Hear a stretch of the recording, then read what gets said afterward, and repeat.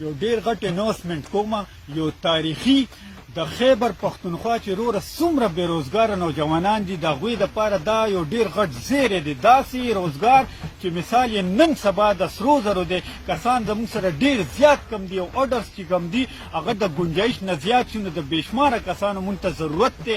مونږ یو ګروپ جوړ کړی دی چې هغې اوس باقاعده د یو کمپنۍ شکل اختیار کو. زموږ ګروپ منیجمنټ دا یو میټینګ کړی دی چې مونږ په خپل ګروپ کې زیاتره تعلیم یافته کسانو له موقع ورکو.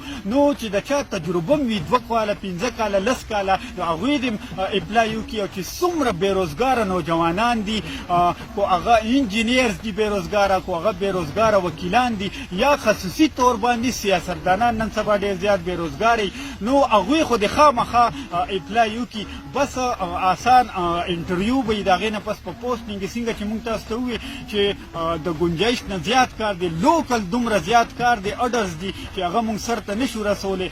دا پیرسدو، تخبی او جلاله او دلته شیرګړ هتیان او جوړ او مراباد او لونخوړ او ارچن بدرګه، نو په دې ځای کې به بیا ستاسو پوسټینګ کیږي او نور بار خو بې حده کار زیات دی. دا څومره خبرې چې ما تاسو ته وکړې، د دې ټولو نه ضروري خبره زه تاسو ته دا کومه چې په هر ځای کې ستاسو پوسټینګ وشي.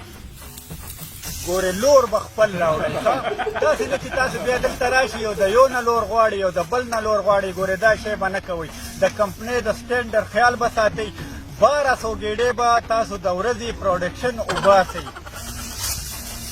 او دا کم ملګري چې مونږ ته ښه په ښه ګارنټي راکوي چې زه به د ځان سره چیو پراټې راوړم، یو پکې راشي زه به ځان سره سوکړک راوړم، بل وایي چې ځان سره به کوچ راوړم، ملۍ به راوړم او الوا به راوړم، او داسې یو نر ځوان پکې پیدا شي زه به ځان سره چرګ، غوښه، شوروا، شوملې، چکني راوړم. نو وروره ستاسو انټرویو ته هېڅ ضرورت نشته. به سهار له راځئ او زما سره به نږدې ډیپټي کوئ. ښه ستاسو او وروره خپل ټول ملګري ښه خبر کوئ. داسې نه چې سبا ستاسو نه ستا ملګری خفئ چې بوی دې ښه خبر وګوره زه یې نه خبرولم. اورې نو خپل ټول ملګري خبر کوئ او په کمنټس کې ځان مخامخ کوئ او دا هغوی ته شیر کوئ چې هغوی خبر شي ستاسو نه سبا خفه نه شي چېرته. اورې یو خبره بیا ډېره ضروري کوم، ګورې لور به خامخا ځان سره خپل راوړې.